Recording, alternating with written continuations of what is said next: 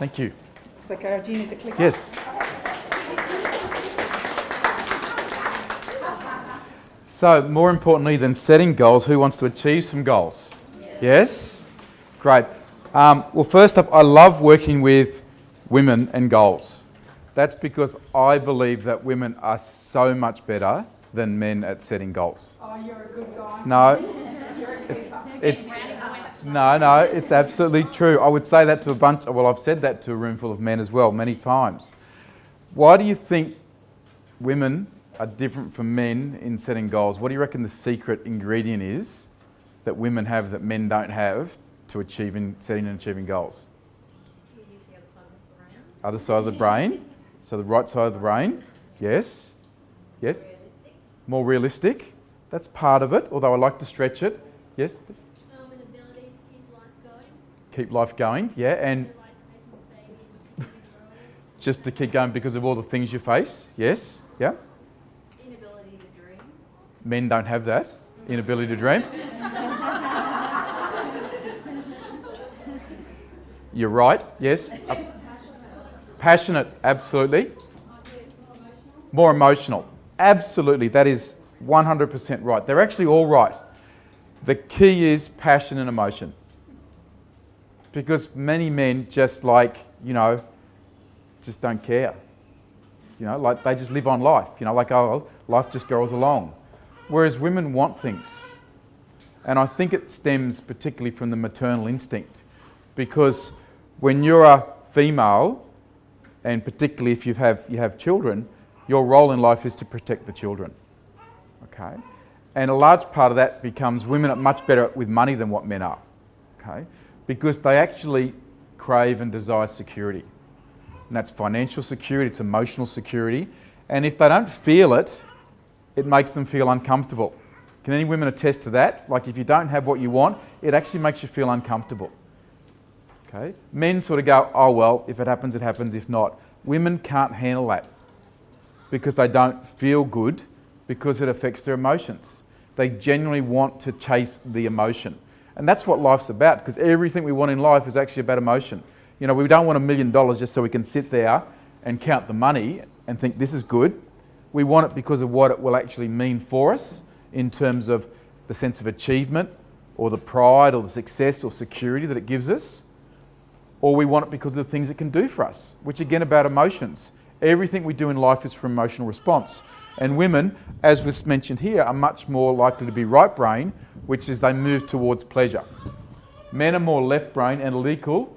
They tend to move from pain. So often the only way to get your partner moving is to cause a lot of pain. Would you relate to that? Yeah, okay.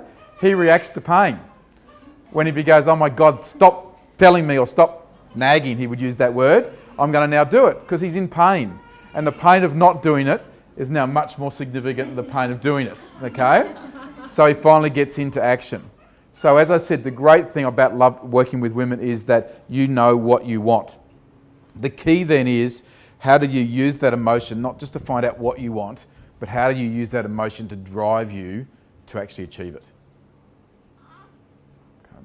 There's some simple processes that you can follow to help you drive to achieve. It's natural within all of us. We just have to unlock it, understand it, and access it. And you can have anything you want. There's absolutely no question, I have no doubt. You can have absolutely anything you want if you're prepared to unlock that potential within yourself and follow a few very simple steps.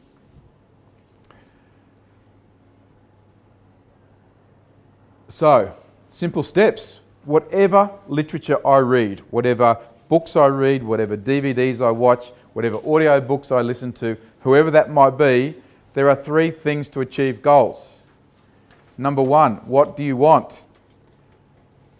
Even, I quote the Bible now, not that I've read the Bible, but there was a line in the Bible that says, I'm sure you all know it, it says, ask and you shall receive. Okay? Ask and you shall receive. What do you want? That's all it's asking. And you have to be specific. It's no good to say, I want more money, because I can give you $5 and you got more money. Okay? How much more money do you want? What do you specifically want? I want to grow my business by 10%. I want to meet the person of my dreams. Okay, I want to live in a particular environment. I want to do this for my kids. What do you specifically want? Secondly, why do you want it? Which is all about the emotion, because that actually drives us. Okay, ask and you shall receive. Now, and the third one is how will you do it? But the third one is the one we most get stuck up on. And we get held up because I don't know how to do it. Now that's not surprising, because if you want something you haven't got, you probably don't know how to do it. But don't worry. That's actually the easiest part. Okay, it's actually the easiest part to work out how you're going to get there. And I know you might be sitting out there thinking, come on, what are you talking about? I've tried this before and I'm really excited, I'm really passionate. I just don't know what to do. And I know that because when I was in my mid-20s, people said to me, and I had a corporate job at Citibank, and they said, what do you want to do? And I said, I want to start my own business. And they said, what sort of business? And I said, I don't know. You know, it took me 20 years to start my business, because what was I telling myself? I don't know. I don't know what I want. So that was never going to happen. So until I actually made a decision to go, this is what I want, that had to be the first step. And then the question was, well, what was I prepared to do, or what was I prepared to emotionally invest in that decision to actually move forward? So I'm going to spend most of the time talking about the top two. The third one is easy, and I'll explain why as well. So, over the last, 15, 20, 25 years that I've been, woke up one day and go, oh my God, what's the meaning of life? Has anyone ever had that thought? Yeah, what's it all about? When I read my first book, Think and Grow Rich. Think and Grow Rich, anyone read that one? Okay. I have spent all this time looking at every different success theory that's possible. And I've talked about them being what I believe is on a spectrum. So on the one hand, we would have what I would call spiritual. And that might be the area of the law of attraction. Has anyone ever read or heard about the law of attraction?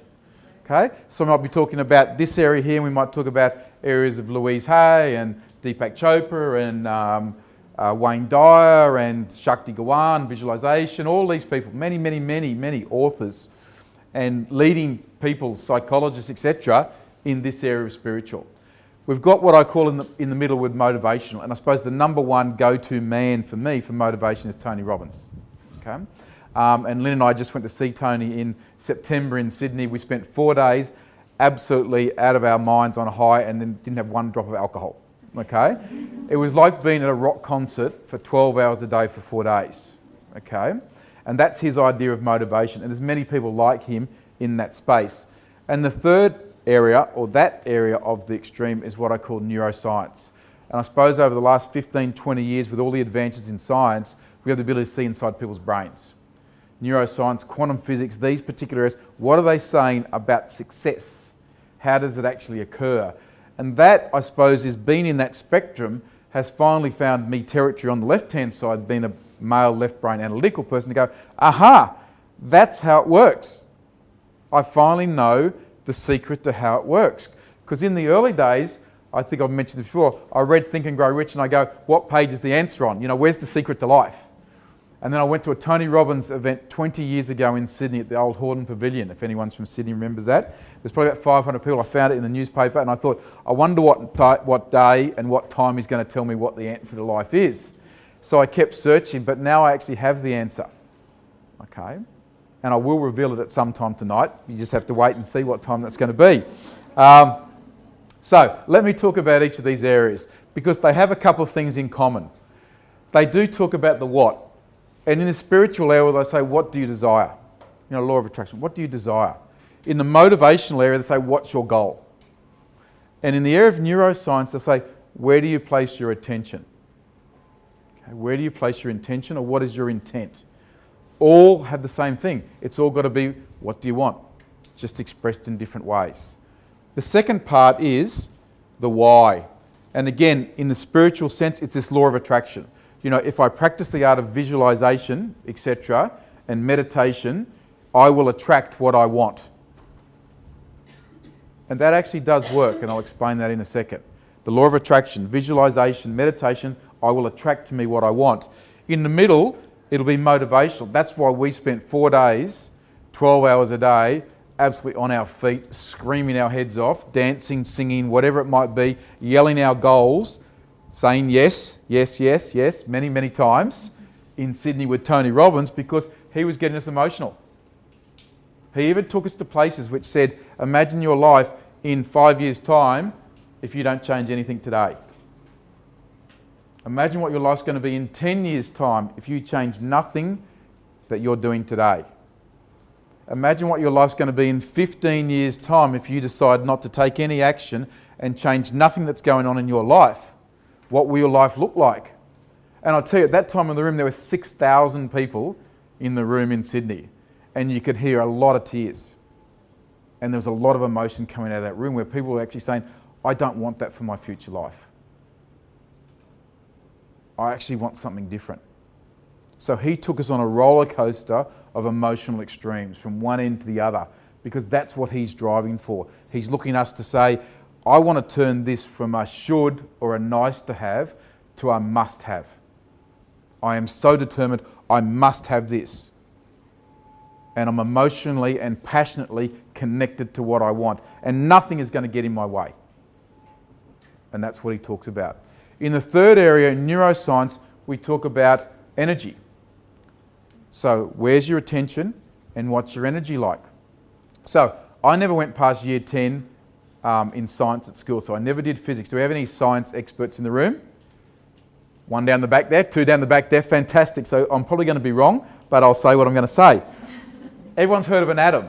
You know, you normally see that picture of that little dot that sort of goes around like that and around like that. And to me, everything's made up of an atom, and an atom's just energy. Is that right, ladies? An atom's sort of energy?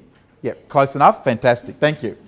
So, we're all made up of energy. So, when you change your energy, what happens around you? You know, if you turn up at work and you're really excited and you're really passionate and you're talking to these people and go, come on guys, we've got to really do this. Let's get on board. Let's make this stuff happen. What response do you get? The energy changes. It's contagious. You get the same response back, don't you? So what I've learnt then is if I change my energy, I'm going to get a different reaction than I've ever got before, which means I'm going to get a different result. Correct? So if I change my energy and I work with other people, I connect with other people, and I can influence their energy, then we get a magnified effect of what's possible, don't we? So in this area of why, when we're talking about emotion, it's real. You change your energy. We all know this. You change your energy and the energy people change around you. You walk into work or into your relationship and you're angry or you're sad or whatever, what do you get back? You get the same thing, don't you? Okay? Because we sort of hang out with people that are exhibiting the same emotions as us. Because if I really want to be down on myself and have a bad day, I'm sure there's lots of people that I know that I could go straight up to and say, come and hang out with me, let's really have a bad day together today. Yes? Maybe some of your friends that do that. Oh, isn't that terrible? Oh, I understand how you feel. Oh, that happened to me one day, and away we go. And all of a sudden we're playing down here. So you can find anyone you want to take you to the bottom of the pit. Okay? So we want to hang out and we want to change our energy. And the interesting thing is this, many, many years ago now, I remember I was working in an advertising agency in Brisbane and had stairs up to the reception. And I decided, you know what, I'm going to change my entrance to this place every single day. So when I walk up the stairs, every day the reception said, how are you going, Craig? And I said, I'm not going to say, okay, not bad, ever again. So I walk up and I go, I'm fantastic. I'm amazing. I'm ecstatic. I'm really excited. You won't believe how happy I am. Okay? How do you think they responded to me? She got a bit frightened. Yeah, okay. That was Lynn, she married me. No, just joking. She had a smile on her face every time I walked in. Every time I walked in. So I was able to change her life for a minute just by deciding I was going to walk up the stairs and say, I'm phenomenal today. I'm amazing. Right? And you try it in your workplace. And I've had my workplace and we've played games. I know I'll be walking up to somebody in the morning and they'll go, oh my God, here comes Craig. He's going to say this fantastic. And what am I going to say in response? Because they know they can't say not bad or okay. Because what's not bad? What's okay? Do you want to go through your life being not bad? Do you want to go through your life being okay? I know when I've asked someone how they are and they go, fantastic, I've always been taken aback by that. Yes. Wow. Wow. It is, and it does shock people, right? And somebody will sort of go, what's he on? You know, like what's going on here? You know, and I'm not talking about, you know, those people where you go, oh, they're just those happy people. They're always damn well happy, you know? Don't we hate those people? They're always happy, okay? But, see, I do it, I don't actually, to be honest, I don't actually care what the response is because I'm actually doing it for me, okay? I know it's going to have an effect of people around me, but I'm doing it for me because I actually want to feel sensational, amazing, phenomenal, ecstatic, all that. And by saying the words to myself, guess how I feel? All those things, because I can't run up the stairs and say I'm amazing and feel like crap. It doesn't work. You can't smile and be sad at the same time. It doesn't work. The words you use, the physiology with your body, if you're walking and you're moving your body and you're excited, you can't be sad at the same time. So the number one thing is just get yourself going for a start. Because, you know, if you've got the option of feeling happy or feeling sad, I reckon I've never met anyone who's actually chosen sad over happy. If I said to you, I could guarantee you'll be happy every day for the rest of your life, who would take that right now? Yeah, that's what we want. So it starts with you. Lynn mentioned that before. Money's not the problem, you are. The relationship's not the problem, you are. Happiness is not the problem, you are. When are you going to get happy? When are you going to get amazing? When are you going to get phenomenal? When are you going to start focusing on what you want? When are you going to change? You know, there's that great saying by Gandhi, you know, be the change that you want to see in the world. Has anyone heard that one? Yeah. He's talking about you changing now. Be, do, have. Be the person you want to be. Then you'll hang out with the people that want to hang out with you. Because if you're amazing, guess what you'll attract? Amazing people around you. If you're running a business and you want great staff, if you're great, what are you going to attract? Great staff. If you're great in a relationship and you're caring and you're respectful and you're generous, what are you going to attract? The same thing. If you're not, you're going to attract the same thing, unfortunately, as well. So it all starts with you taking responsibility for how you're going to be. And that's a big step for all of us. Your money will change, your relationships will change, your happiness will change. The day that you take responsibility and decide, I'm going to do something about working on me. Because that's the most important thing I know I've learnt from the last 15 or 20 years. Is that I have the ability every morning when I wake up to determine how I'm going to feel that day. And often, I seek help to do that. I put my phone in my ear and I have Tony Robbins in my ear, or I have Wayne Dyer in my ear, or I have someone else in my ear, or I'm reading a book at 4 o'clock in the morning. Because I can't always guarantee that I'm going to get out of bed jumping like I was the day before, because maybe something might have happened in my life. But I tell you, as soon as I put somebody else in my ear or take the opportunity to listen and be coached by somebody else, my world changes like that. And I think, you know what, you're right, I can actually change this. You know, we can change our emotions in an absolute second. I always say, you know, you're at home, maybe with your partner or your kid, and you're having an argument. Has that ever happened to anyone here? Okay. You're in the middle of an argument, you're angry, and the phone rings. What do? Hi, how you doing? Oh, no, I'm really good. Everything's great here. So how could you be really angry and really happy? Because you made a choice, didn't you? In that moment, in that synaptic gap, in that second, you made a choice to be happy and change your thoughts. And that's what you just have to do day in, day out. And it's just that secret. That's what it is. So, when we talk about the 3 simple steps, the what gives us focus. I've lately been talking about our brain and the way it works. And I sort of figure this. Let's say whoever our creator was. Okay?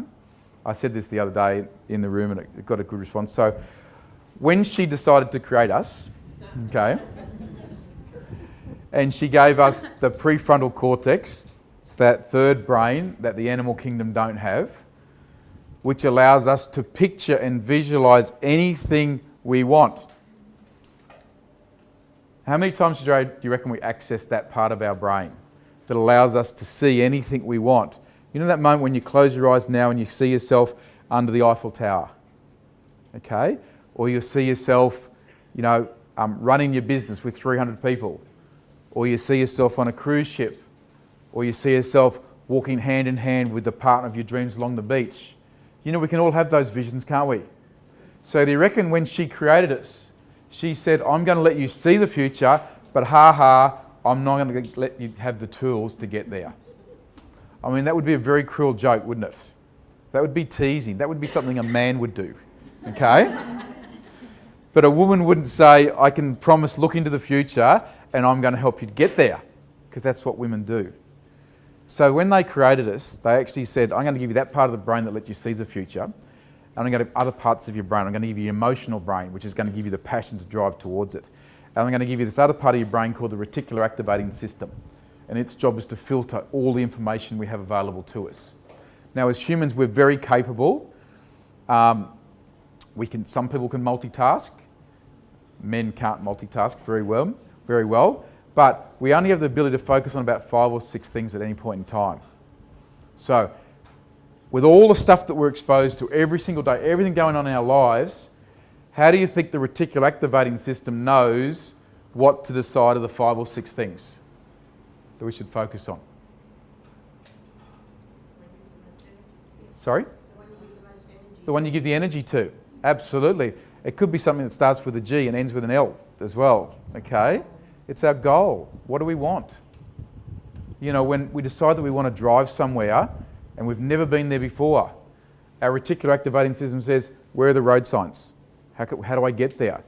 Have you ever driven somewhere you've been 100 times? Do you even see the road signs? Do you remember going over the bridges? Have you ever got there and thought, oh my God, I don't even remember driving here? Because you've done it so often, your reticular activating system says, well, that's not important to me right now. What else is important?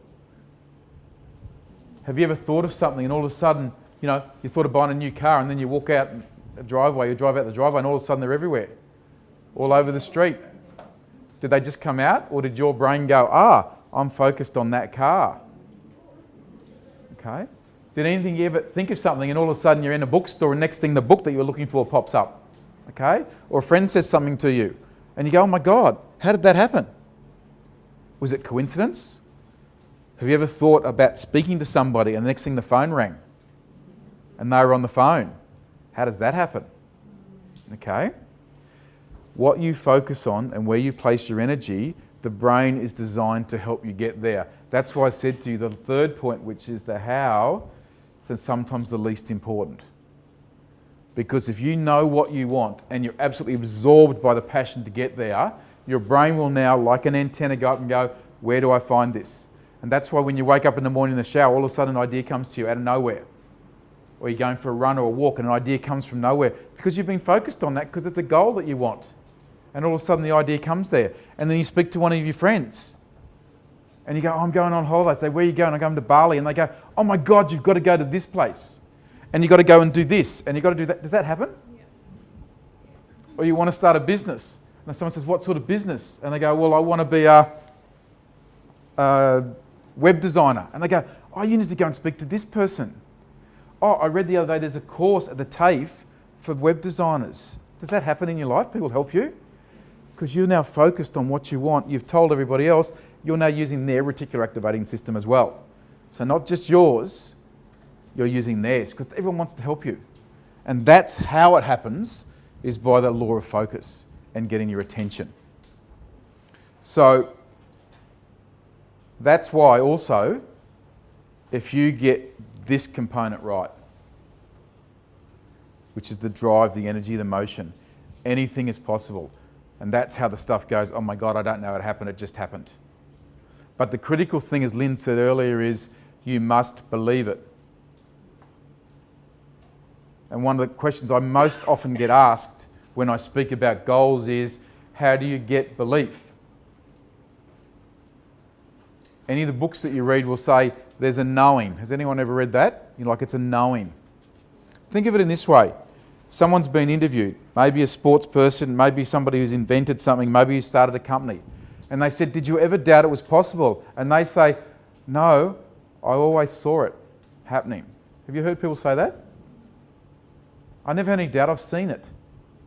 Didn't know when it was going to happen, didn't know how it was going to happen, but I've actually seen it. That is belief. And that comes about by learning how to set goals. See, learning how to set goals and succeeding at goal setting is no different from any other learnt skill you have. Who here has ever done a course anywhere? College, university, TAFE? Lots of you. What do? You go to lectures, you read over your books, you study, you read over your books, and you learn the information, don't you? You don't go to a lecture one day and then wait till the end of the semester and sit the exam. Okay. You don't do that, you do it every day. Many of you here who are brilliant at your jobs is because you've done the same thing every day for 5 years, 10 years, 15 years. Goal setting is no different. You've got to work on your goals every day. And if you work on your goals every day, guess what happens? You get really good at setting goals and achieving goals. So that means you set your goal every day and you've got to look at it every day. And you've got to get passionate about it. And you go, oh my God, that's what I want. I can actually see it. So one of the great neuroscientists I work with is a guy by the name of Dr. Joe Dispenza. And he talks about creating a memory of the future. Okay, so let me just spend a couple of seconds talking about that concept.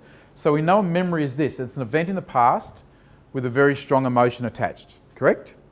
That we've often relived over and over and over. We've seen the picture so many times. And every time you think of it right now, you go straight to that emotion, correct?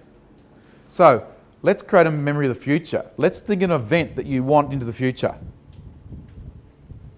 And let's see it so often that you get really emotional about it. Like it's passionate about it. I want it. And every day when I wake up and I think of that goal, I actually see myself. I close my eyes and actually see myself having achieved that goal. I work with a guy who coached the 2000 beach volleyball team, Natalie Cook and Kerry Pothurst. And he said Natalie Cook did two things. One, she drew a gold medal ribbon on her bathroom mirror. So every time she looked in the mirror, what did she see? A gold medal around her. The second thing she does, it actually gives me goosebumps when I think about this, she had a box which she stood in her lounge room and she used to play the national anthem and stand on the box. That's a true story. Now they beat the Brazilians, never beat them before, came from 2-0 down and won 3-2. And this guy who worked with her went to the medal ceremony and afterwards said, Natalie, I was a little bit surprised you didn't look as emotional as I thought you would be. And she said, guess what? I felt like I'd been there before. That is an absolute true story. Because she had lived that event over and over and over and over in her mind so much that she had no doubt she was going to win gold.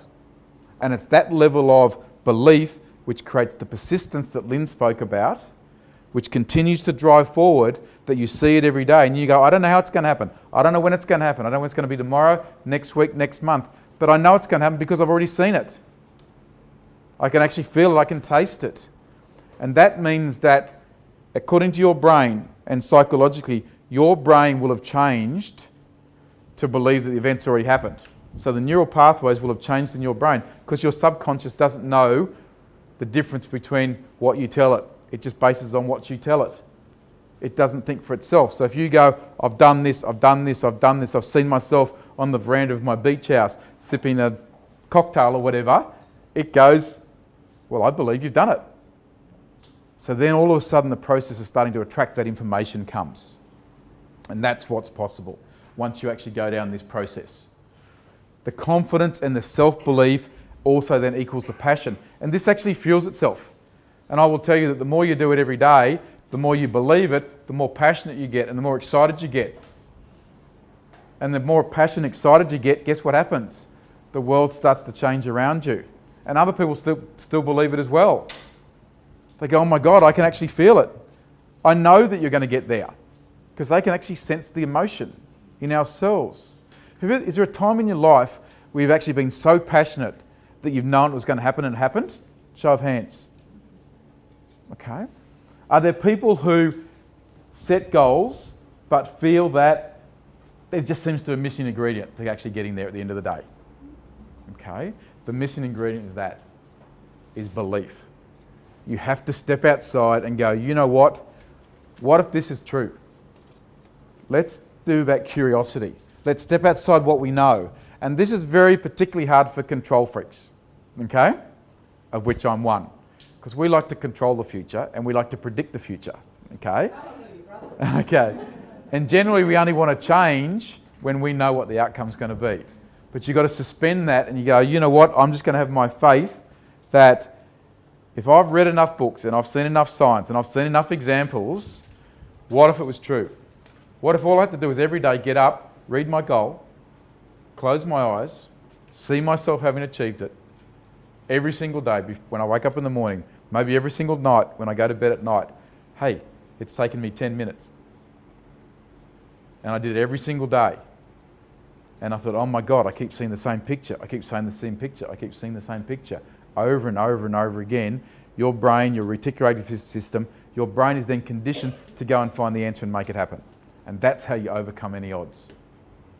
And whether it's in the pursuit of sport, business, money, or whether it's survival. Because we all know there's those people who've sometimes survived when others haven't. Because they never saw themselves losing the fight. They always knew they would survive.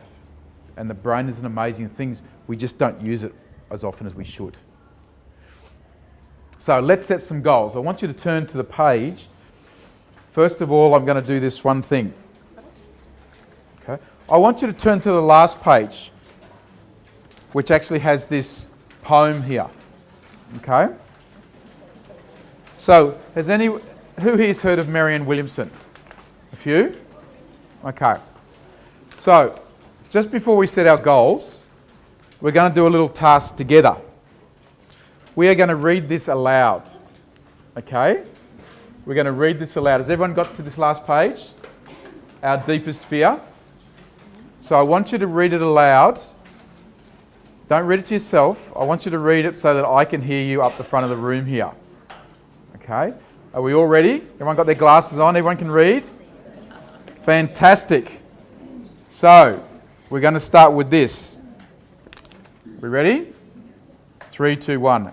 Our deepest fear is not that we are inadequate. Our deepest fear is that we are powerful beyond measure. It is our light, not our darkness, that most frightens us. We ask ourselves, who am I to be brilliant, gorgeous, talented, fabulous? Actually, who are you not to be? You are a child of God. Your playing small does not serve the world. There is nothing enlightened about shrinking so that other people won't feel insecure around you. We are all meant to shine as children do. We were born to make manifest the glory of God that is within us. It's not just in some of us, it's in everyone. And as we let our own light shine, we unconsciously give other people permission to do the same. As we are liberated from our own fear, our presence automatically liberates others. I mean, how wonderful is that? How wonderful is that? What about when she says that your playing small does not serve the world? We're going to set a goal in the next couple of minutes, and I want this to be a big goal, guys. I don't want to be something that you know you can achieve, because that doesn't serve the world. I want you to think of a goal that is your absolutely dream at this stage. There is nothing enlightened about shrinking so other people won't feel insecure around you. We're all meant to shine. I truly believe we all have unique ability that we've been brought to earth with. And what else does she say? As we let our own light shine, we unconsciously give other people permission to do the same. That's what we've been talking about, energy, isn't it? As we are liberated from our own fears, our presence automatically liberates others around you. So let's think in the room. Let's think about not even setting these goals and shining for yourself, but what about the people around you? Who here's got children? Okay. What if this wasn't for you? What if the change you made today in who you are changed your children around you as well? and you passed on the skill to them to let their light shine in life. And you passed on the skill to let them set goals and learn how to achieve goals. I mean, isn't that a great skill to pass on to our children? Goal setting, the skill of goal setting is probably the best thing you can ever learn in life. That ability to actually dream big and set the wheels in motion to actually achieve it. So you're all ready to actually set a big goal? Are you all ready to set a big goal? Right. Fantastic. So just imagine if that's all you needed to do to start with. And then what I want you to do is I want you to find a way to actually reflect and see your goal every day. I've been known to put pictures of my goals on the ceiling, so when I wake up in the morning, it's the first thing I see apart from my gorgeous wife. Okay. Or on the wall. So if you came into our house right now, we have vision boards in our bathroom. We've got 3 vision boards in our bathroom right next to the mirror. We have writing all over the mirror in those chalk pens. Okay? Beside our beds, we have a copy of our vision board. In the kitchen, on the pantry, we have a copy of our vision board. On my mobile phone screensaver, I have a copy and a picture of my goals. How often do you think I see that every day? I know exactly what I want specifically, and I know exactly what it's going to look like when I've got it, because I see it over and over and over every single day. And for the last 12 months, I can tell you, when I visualise in the morning, I see the same picture that I've seen probably 250 days out of the last 365 days. And it doesn't change. It's the same picture every day. And I know it's going to happen. Don't know when, don't know how, but I absolutely know it's going to happen because I've seen it. I've seen it so often. So, when we talk about achieving goals, I would just encourage you to just go, what if this is all it took? What if there's something I've wanted all my life but I don't have right now? And what if this was the start of actually moving towards that? What if all I had to do was actually dream big, visualize it and see it every single day, and then let my brain help me find the how? Because it will. Because you'll be thinking about it, because our brains work 24/7. That's when you wake up in the morning and an idea comes. Because you're so focused on something, the idea will come. Or you're driving somewhere and you see a sign, or you're seeing an ad in a paper, or you're doing something that actually says, I want to change. Maybe just like tonight when you're on Facebook or whatever it might be, and you're thinking about, I want more confidence. The next thing, there's an ad comes up. Because you were feeling that this is something that might be able to help for you. And that's all you need to take into the art of goal setting. And I guarantee if you get that passion, you will be not only absolutely confident, but you will be absolutely unstoppable.